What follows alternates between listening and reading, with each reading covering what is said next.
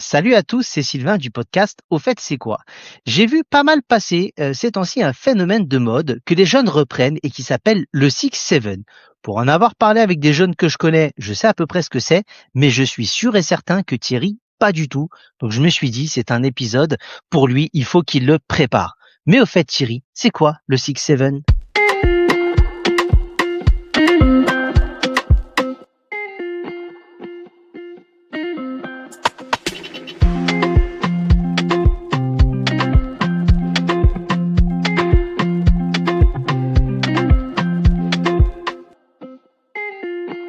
Salut Sylvain, salut tout le monde. Et wesh gros, tu crois que je sais pas ce que c'est le Six Seven? Non mais tu me prends pour qui? Non, mais je sais, Thierry, mais je me suis dit, moi, je suis plus jeune que toi, beaucoup, beaucoup plus jeune que toi. Donc, je me suis dit, tiens, moi, je connais, ça va me faire rire de voir, est-ce que toi, tu connais? Je pense que c'est le cas, évidemment, Thierry. Bah oui, je fais mes recherches comme d'habitude, tu me prends pour qui? Bah, le Six Seven, c'est un collectif de rap britannique originaire du quartier de Brixton, au sud de Londres. Et donc tu veux faire Hmm. tout un épisode sur ce groupe? Et pourquoi pas? Ouais, ouais, ouais, bien sûr. Donc, pour toi, le Six Seven, c'est un collectif, un rap, collectif de rap britannique. D'accord, Thierry, c'est Bah bien. ouais. Bon début. OK. Est-ce que ça Quoi? pourrait être autre chose éventuellement? Bah après, je sais pas, on avait parlé des numéros de département dans l'épisode 60. Donc toi qui en plus aimes bien l'Alsace, bah, le département du Bas-Rhin et donc Oui, Strasbourg. bah oui, oui, évidemment, ouais, le 67, ouais. Et est-ce que ça pourrait peut-être encore être autre chose, Thierry, à ton avis? Alors, moi qui suis vieux, j'ai Claude François qui chante c'était l'année 62, donc j'imagine que c'était l'année 67. Et donc la mort de Che Guevara, la première grève cardiaque humaine. Ouais, Thierry, tu t'approches, bah, pas du tout, pour le coup. Je t'ai pas Ah, demandé une année ou autre, Thierry. Je t'ai demandé de chercher sur le même viral. C'est un peu un code générationnel, peut-être un peu absurde. Est-ce que tu as vraiment fait des recherches sur le Six Seven? Parce que sinon, Thierry, ça va être très très long comme épisode, ou très court, pour le coup. t'es pas en train de me parler des trucs qui traînent sur TikTok, Instagram, les Reels et compagnie. Évidemment, c'est la nouvelle génération, Thierry. C'est comme ça que ça fonctionne maintenant. Ok, bon, bah alors j'ai recherché, effectivement, d'accord. Bon, bah, oui, alors oui, d'accord. Ok, maintenant je vois le Six Seven, hein, où les gosses ils arrivent et puis Six Seven, c'est ça dont tu parles en fait. C'est ça. Et je me pose la question, Thierry, ça signifie quoi exactement? Allez, on va rester sérieux 2 minutes. Effectivement, on voulait changer un peu l'intro. Si, évidemment, j'avais quand même entendu parler du Six Seven en ayant un ado de 15 ans à la maison. Forcément, je te laisse imaginer qu'on l'a entendu. Et donc, j'ai regardé, j'ai fait des recherches et en fait, que ça signifie, ben, en fait, rien. Et en fait, c'est précisément tout le concept. D'accord. Bon, ok. Ça correspond peut-être bien à la nouvelle génération, hein, au final. C'est ça. En fait, ça s'inscrit dans ce qu'on appelle la culture du brain rot. Donc, c'est l'humour volontairement absurde et non sensique, en fait, des réseaux sociaux.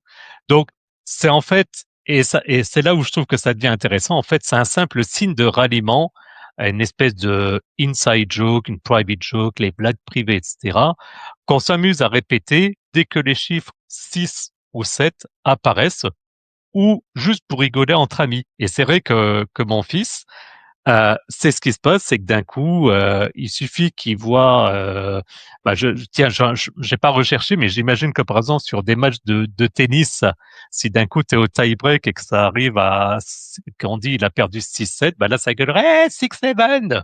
Donc c'est en gros l'idée. C'est ça. Alors moi je sais, parce que pour en avoir parlé avec mon alternant, il m'avait un peu expliqué. Je savais que ça ne voulait rien dire et j'avais pu voir un peu d'où venait cette tendance. Tu te dis, mais il y a des moments, il y a des choses qui partent de rien. Mais toi, tu as pu faire des recherches. D'où vient cette tendance, Thierry? Alors, effectivement, ça part de rien, mais bon, ça, il y a toujours quand même une origine, c'est presque rassurant. En fait, ce phénomène, il a émergé en plusieurs étapes. Ça a commencé par la musique. En fait, d'après ce que j'ai pu voir, l'expression, elle provient du morceau de drill, donc qui s'appelle Doot Doot Six Seven, en fait, du Ok. rappeur américain qui s'appelle Skrilla ou Skria, je sais pas comment ça dit. Je sais Ok. pas si toi tu connais par hasard. Non, pas du tout. Et donc, En fait, dans sa chanson, il fait référence à la 60e rue de Philadelphie. Donc 60e, 6-7, 6-7. Ok, 67e rue de Philadelphie, très bien. Et ensuite, il y a eu un phénomène avec le basketball. Le son, en fait, il a été utilisé dans des montages vidéo mettant en scène le joueur de la NBA qui s'appelle LaMelo Ball. Que je connais. Et, ok, moi, sur le coup là, moi que je connais pas du tout. Et en fait, le truc marrant, c'est qu'il mesure exactement 6 pieds 7 pouces. Hein, on sait qu'aux États-Unis, les tailles sont en pieds et en pouces et pas en mètres. Donc 6 pieds 7 pouces, de nouveau, 6-7 là. D'accord. Et donc, je vois en gros, c'est repris de la musique, c'est utilisé pour le basketball, et là, il y a eu une explosion virale, c'est ça? Et oui, comme souvent, hein, on est au 21e siècle, plein de choses arrivent par le biais des réseaux sociaux. Et en fait, elle est devenue réellement virale grâce à des vidéos de jeunes joueurs et de fans. Et en fait, il y a eu apparemment une vidéo très populaire alors ça se dirait 67 Kid, 67 Kid, en l'occurrence Maverick Trevillan, qui l'a crié avec enthousiasme pendant des matchs. Donc, on voit un peu la logique chronologique, la musique au départ, l'effet sur le basketball et du coup l'explosion virale sur les réseaux sociaux. Ouais, j'avais vu un reportage, moi, justement, à un match de basket où dans la file, il y avait un petit blond, justement, qui serait le premier à l'avoir fait, d'après ce que j'ai compris, et qui le lançait. Et donc là, Thierry, je vais te demander de te mettre en condition. Tu vas devoir nous décrire le geste associé, parce qu'il y a un geste associé au 6-7 qui fait une grosse partie de cette traîne virale. Est-ce que tu peux nous le décrire, ce geste? Alors je peux te le décrire, mais j'ai dû faire des recherches. Je ne savais pas qu'il y avait un geste associé. Hein, à nouveau, je m'excuse, je suis un vieux, je suis un boomer.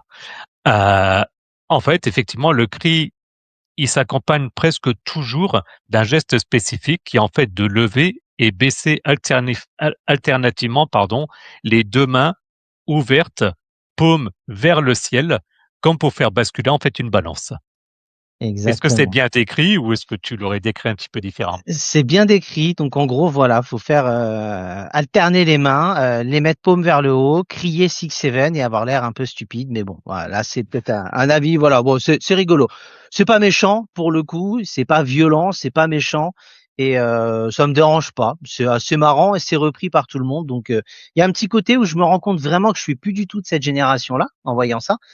Mais d'un autre côté, ça me fait rire. Donc j'avoue que c'est plutôt pas mal. Et pour avoir fait, parce qu'on en a parlé avant l'émission, Thierry, tu m'as dit, alors, il n'y a pas d'anecdote purement spécifique, mais tu avais réussi à trouver des équivalences historiques. C'est ça, je me suis dit, bon, faire des anecdotes, c'est quand même compliqué sur un phénomène de mode, hein, parce que pour des anecdotes, il faut de l'historique, sachant que, alors je me trompe peut-être, mais ça se peut le 6-7, quand les gens vont écouter l'épisode dans 2 mois, ils vont dire, ah oui, c'est vrai, il y avait ce truc-là pendant l'été, et puis on l'aura complètement oublié.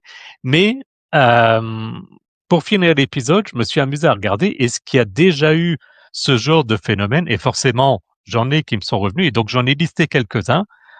Je suis à peu près sûr que tu les connais tous et puis potentiellement tu vas peut-être compléter avec certains que j'ai oubliés. Euh, je les ai pris donc dans l'ordre chronologique et c'est assez marrant de voir les liens à chaque fois.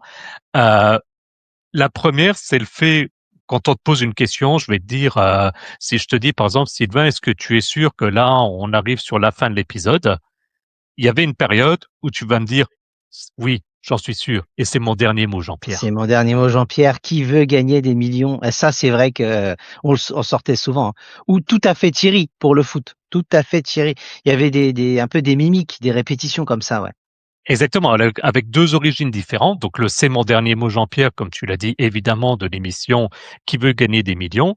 Le Tout à fait Thierry, alors c'est là où réellement je me prends un coup de vieux parce que je vois au boulot quand je cite des choses comme ça m'arrive des fois. Je dis des choses, je dis quelque chose, et puis la personne va me regarder, va me dire, ah oui, tout à fait Thierry. Et là je regarde, j'éclate de rire, et la personne me regarde bête parce qu'elle connaît pas l'origine, elle connaît pas, on parlait pas Aïe, de aïe, même à aïe, aïe, l'époque. aïe.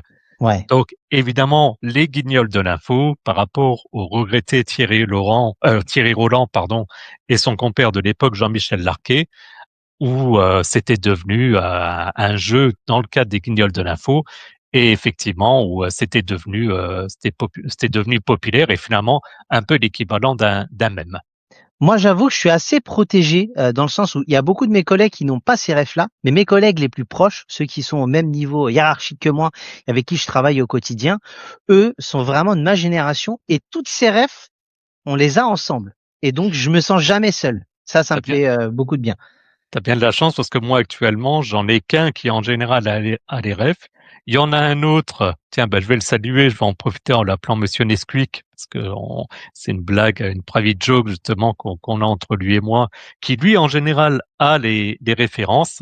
Mais j'ai un autre collègue, et Monsieur Nesquik saura exactement de qui je parle parce que je sais qu'il nous écoute, qui lui en général n'a pas les refs. Dorothée, ça ne leur parle pas. Et là, cette semaine, je lui ai parlé de E.T. Et ben E.T., ça ne lui parlait pas. E.T. téléphone maison. Oh là là, ouais, ok, avec Voilà, le doigt tendu. Bon, ok, très bien. exactement. Bon, passons sur la prochaine. Je vois que tu parles du geste de casser de Jean Dujardin, Brise de Nice. Évidemment, alors pas de Nolwenn Leroy et son titre éponyme, hein, ça c'est quoique c'était à peu près à la même période, un tout petit peu plus tard. C'est un Là peu plus tard, effectivement, Nolwenn Leroy, je pense. À mon avis, c'est début des années 2000, mais je me trompe peut-être. tout à fait, oui, oui, parce que deuxième gagnante de la Starac, donc de tête 2002, mais c'est pas le sujet. Donc effectivement, bah, l'origine c'est les sketchs de Jean Dujardin, Brise de Nice, bien avant le film de 2005, et donc l'usage c'était de tendre la main à plat en travers du visage en hurlant cassé dès qu'on sortait une vanne à un camarade, et c'était un vrai réflexe générationnel chez les jeunes francophones de C'est l'époque. ça. Et pour donner à peu près un exemple dans le même style, il y avait Parle ma main de Michael Youn. Absolument, par la Donc main, c'est un oui. peu, voilà, c'est un peu dans le style. La Un peu prochaine, plus je vais pas dire un peu plus agressif parce qu'il y a jamais eu quelque chose d'agressif, mais par la main était un peu plus agressif comme pour dire: «Non mais, ce que tu me parles, moi je m'en fous donc, vas-y, parle à ma main quoi». oui, mais ça, c'était, on en parlait un peu avant justement l'enregistrement de l'émission, et il y avait beaucoup à l'époque de parodies de chanteurs et d'univers. Donc Brise de Nice, là on peut dire Michael Youn, Fatal Bazooka, tout ça, il y avait beaucoup de parodies et donc c'est vrai que c'était marrant parce que c'était pris à la dérision avec un côté humoristique, c'était sympa. Exactement. Et ben, le suivant, on reste dans le même domaine, sauf que là, c'était parodie de publicité qui, en plus, le comble a été repris dans le cinéma. Heu, pour ceux de mon âge qui ont connu la fin des années 90, le fameux Waza. Voilà, ah, c'était énorme. Ça, je m'en souviens. Là, tu sais que je viens de perdre 25 ans et je me remémore mes années fin de lycée, jeune Exactement. adulte et incroyable. Ah, putain, c'était. Et donc, en fait, pour ceux qui connaissent pas, donc c'était une célèbre publicité sur Budweiser, donc qui est une bière. Pour rappel, l'abus d'alcool est dangereux pour la santé, à consommer avec modération. Ça, c'est juste pour pas se faire taguer sur les réseaux. Exactement. Et qui a été parodié dans Scary Movie, donc un film quand même de 2000. Donc, l'usage, c'était de tirer la langue en hurlant au téléphone, donc un pur gimmick vocal sans aucun fondement intellectuel. Regarde, faites une recherche sur Internet et en fait, dans Scary Movie, donc Scary Movie qui était une parodie des films Scream, donc là on Ouais. rentre dans des espèces de parodie quelque part. Euh, c'est assez impressionnant. Je vais pas l'expliquer là parce que sinon il faut connaître Scream pour comprendre Scary Movie et faire le lien avec Waza, mais tout ça pour montrer qu'il y a un phénomène de société assez large. Et effectivement, c'était assez courant de décrocher puis d'entendre «Waza!» Et il fallait tirer la langue en hurlant au téléphone. Ça me faisait. Alors c'était de l'humour potache, mais qu'est-ce que ça me faisait rire. Et Scary Movie m'avait particulièrement fait rire. Ah et puis, ouais, il y a eu des scènes dans Scary Movie, il y en a eu 3 de mémoire, heu, donc ouais, c'était impressionnant. Pour le suivant, et ça fait le lien avec l'épisode 41 sur World of Warcraft, je vais te le laisser parce que je sais que c'est ton chouchou, tu maîtrises beaucoup mieux que moi ce domaine. Ah, ça, c'est magnifique. Je vais même te le faire. C'était Leroy Jenkins. Et Oh là donc, là, c'était sur WoW. En gros, ça date, hein. C'était les débuts de WoW. Et tu avais ce qu'on appelle des raids, c'est-à-dire des combats à 15, 20, 25 joueurs. Alors, à l'époque, ça devait être 10 ou 15, je sais plus exactement. Et donc, c'était vraiment des soirées et des soirées de lutte acharnée. Et il y a un moment, c'était trop long. Et t'as un joueur du nom de Leroy Jenkins, c'était son pseudo, qui décide de foncer dans le tas en lui hurlant son nom. et ce qui fait que tout le monde arrive paniqué à courir derrière pour essayer de survivre. Tout le monde meurt à la fin, mais c'était extrêmement drôle. La vidéo est sur YouTube et c'est légendaire. Dans le monde de World of Warcraft, c'est légendaire et je vais même te dire que dans le jeu, il y a un titre Leroy Jenkins qui existe en fonction de ce que tu dois faire dans le jeu et tu peux récupérer le titre Leroy Jenkins. Donc vraiment devenu viral pour être intégré dans le jeu. Incroyable. Ah ben voilà, donc effectivement, World of Warcraft, épisode 41, si vous connaissez pas, c'est un relatif vieil épisode, mais ça, je pense que ça marche toujours bien. Et puis j'en ai pris encore un dernier parce que celui-ci me parlait, il est relativement récent, en même temps je regarde, non, il a 10 ans, mais bon, ça reste relativement récent quand même. Et c'est vrai que c'était pas mal, qui était le Water Bottle Flip. Donc en fait, à l'origine, c'était une vidéo virale d'un lycéen américain, Mike Senator. Senatore. Ouais, ça fait très américain. Bah oui, mais et les Américains sont tous originaires de l'Europe majoritairement, donc lui, ça Absolument, devait oui, être un Italien d'origine. c'est ça. Et en fait, qui réussissait à faire atterrir une bouteille d'eau à l'endroit. Donc, en fait, là, sur le coup, là, c'était pas un mot, mais un geste obsessionnel. Il y a des millions de collégiens qui lançait des bouteilles sur toutes les tables, déclenchant donc des cris d'hystérie collectif en cas de réussite. Donc c'est vraiment, on lance la bouteille en espérer qu'elle retombe droite. Donc 2016, mon fils avait 5 ans et je me souviens qu'il s'amusait à essayer à faire ce genre de truc-là. Et tiens, un qui me revient aussi sur des notions un petit peu justement de viral, etc. C'était, si tu te souviens, le Ice Bucket Challenge. Ouais, j'y ai pensé. C'était pas. Alors là, il y avait quand même une notion initialement de lutter contre une maladie. Tout à Donc fait. c'est pour ça que j'en ai pas parlé dans le sens où il y avait quand même un objectif derrière, mais c'est vrai que c'était dans la même veine. Donc voilà un petit peu. Donc voilà, pour le Six Seven, du coup, voilà, on a un petit peu l'historique et les origines et l'explication. Et puis comme ça, on est en été, on s'est dit on fait des sujets détendus pour l'été comme on fait à chaque fois. Donc bah, j'espère qu'à défaut des anecdotes, ces petits retours en arrière, ce petit côté un petit peu nostalgique, a plu à nos auditeurs et évidemment t'as plu à toi, Sylvain. Eh ben écoute, c'était très sympa. Moi j'aime bien ce côté un peu parfois plus léger de ces épisodes. Puis on se marre bien, donc c'est le principal. Je pense que ça se ressent. En tout cas, ce que je vous propose, c'est de nous retrouver après le générique pour différentes infos complémentaires.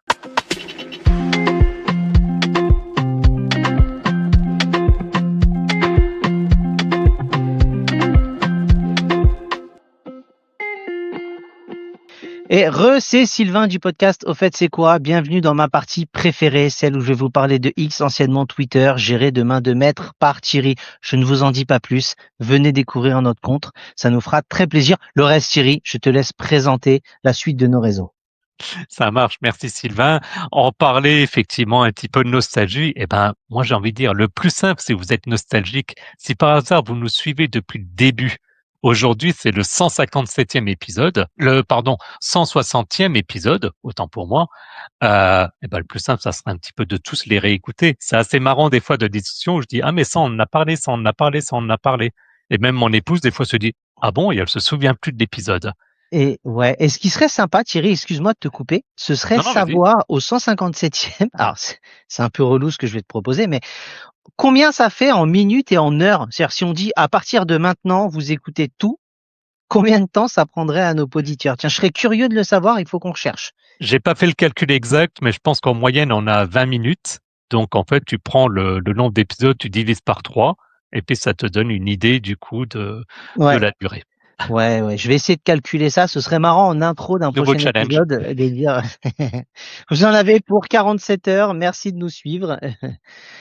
Et donc, si vous voulez lever ce défi-là, ou si vous dites, bon, quand même pas tous, mais certains, mais effectivement, 160e épisode aujourd'hui, bah, c'est un peu compliqué de tous les retrouver. Il y a une solution simple, c'est d'aller sur notre site www.auffaitc'estquoi.fr, puisque vous trouverez donc les liens de notre podcast en fonction de votre application préférée. Donc, vous l'avez à ce moment-là directement sur votre appli de podcast. Ou bien sinon, bah, vous avez le lien vers notre chaîne YouTube. Et à ce moment-là, vous avez également tous les épisodes, notre compte X, anciennement Twitter, notre page Facebook. Et puis c'est vrai que je le signale jamais, mais du coup sur le site, vous pouvez également directement écouter les épisodes, hein. Vous avez la liste, vous parcourez, vous avez même un petit moteur de recherche. Et puis une fois que vous avez fait tout ça, bah, si vous dites: «Ah, c'est quand même pas mal ce qu'ils font Thierry et Sylvain», bah, il y a 2 manières de nous soutenir. Soit, et en toute honnêteté, c'est pas la priorité, mais on a une page Buy Me a Coffee si vous souhaitez nous soutenir financièrement, ou sinon, et ça me ferait encore plus plaisir, ça serait que vous rejoigniez notre serveur Discord pour se discuter entre vous et avec nous. Ça fait quelques semaines, pour pas dire mois, qu'on n'a pas eu de nouvelles personnes qui nous ont rejoints. Ça me ferait vraiment plaisir de recevoir un petit message disant: «Hey, je vous ai découvert par tel et tel biais et je vous écoute maintenant», et puis comme ça, on pourrait échanger en direct. Exactement. En tout cas, toujours un bon été. Les Haussiens, ça va bientôt être votre tour. Et puis, bah, Thierry, toi, tu es revenu. Bonne journée à toi et à plus dans le bus. À bientôt, salut!